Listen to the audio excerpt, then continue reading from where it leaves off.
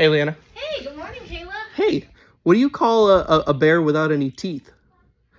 A bear? I have no A idea. a gummy bear. So what else do you have You want me to get back to work? Okay, I'm gonna go back to work. Yeah. Hey, you guys, this is Caleb. This is your Monday morning encouragement.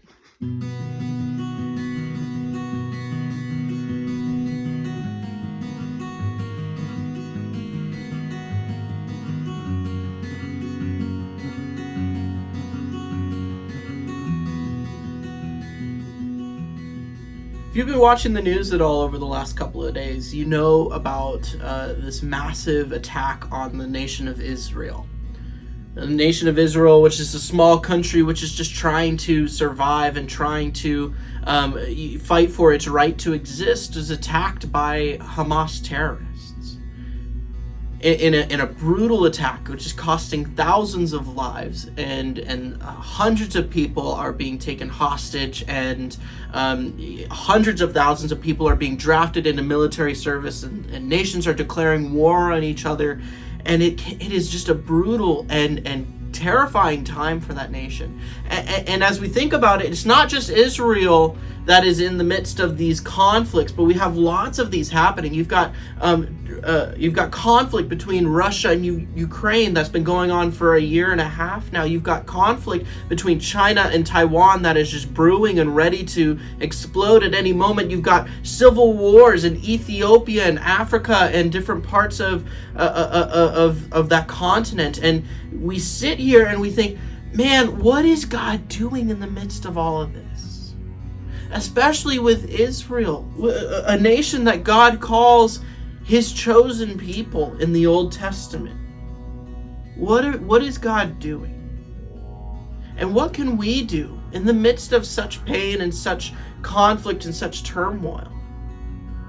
My friends, we can be assured of this, that this is not the final chapter in God's story.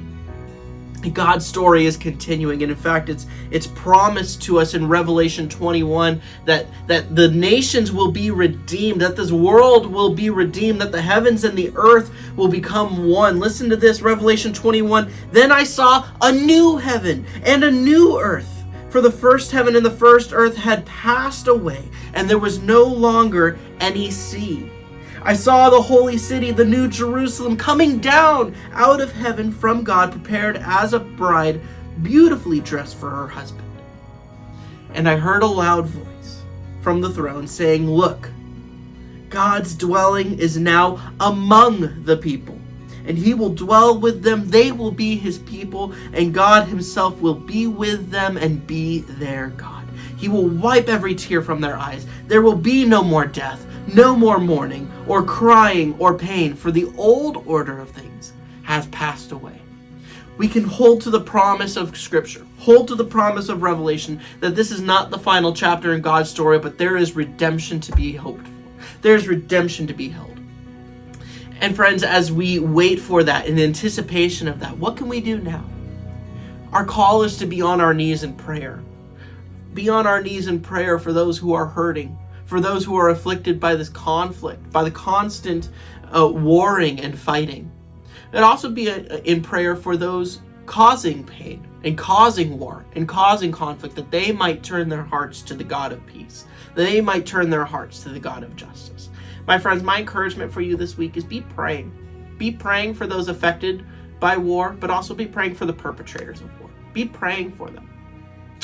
I love you guys. We'll see y'all this week.